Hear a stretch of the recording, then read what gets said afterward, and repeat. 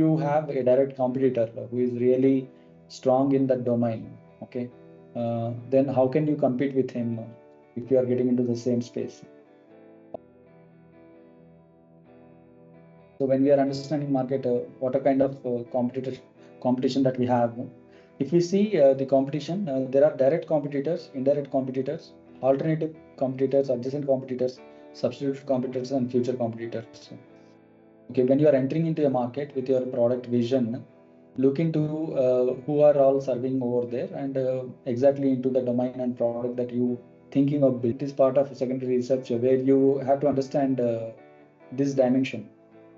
Okay, suppose why would you need this dimension?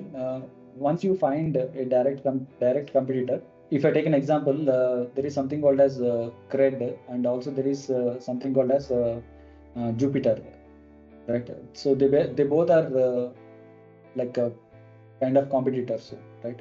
So they are working on same domain, same financial thing, but they are kind of indirect competitors. If you take directly Razorpay and Visa, right? So these are kind of direct competitors, right? Visa used to lead the market. Now Razorpay or any other Just Pay, this kind of payment gateways. So they are direct. So it is important to understand who are our direct competitors, so that we understand what is their strength, weakness, and the opportunity that we have, and threat that they provide. Okay, so this kind of, there is something called as a petal diagram. I don't want to get into frameworks, but this is something that you wanted to understand. So if you can search about petal diagram, where it gives you exactly how to represent the competition. So understanding your competitors help you in positioning yourself differently. By understanding your own strengths and weaknesses, you can really position yourself better. So this is about understanding the market. So first thing is you are actually trying to see like what industry that you are getting into and what is the market size and all that. And then you are understanding what is the segment of the market and persona that you are actually talking to.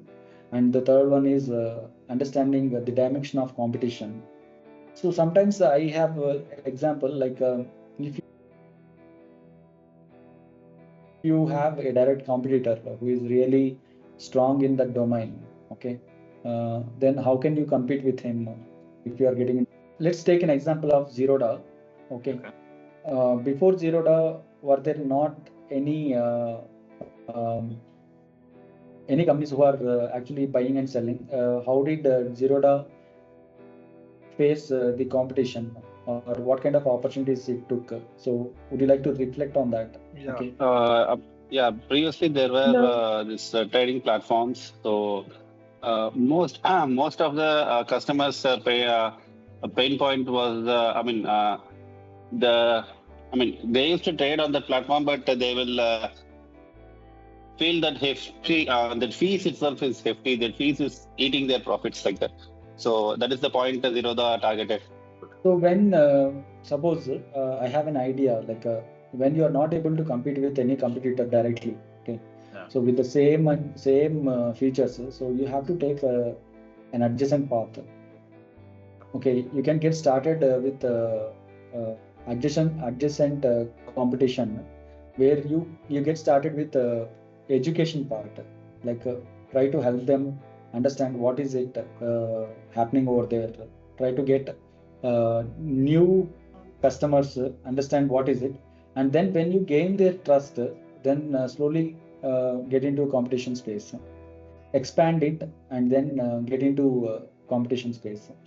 So you don't have to every time create a product where it is directly hitting the well-established competitor. You can start from an adjacent place and gain trust, and then you expand yourself to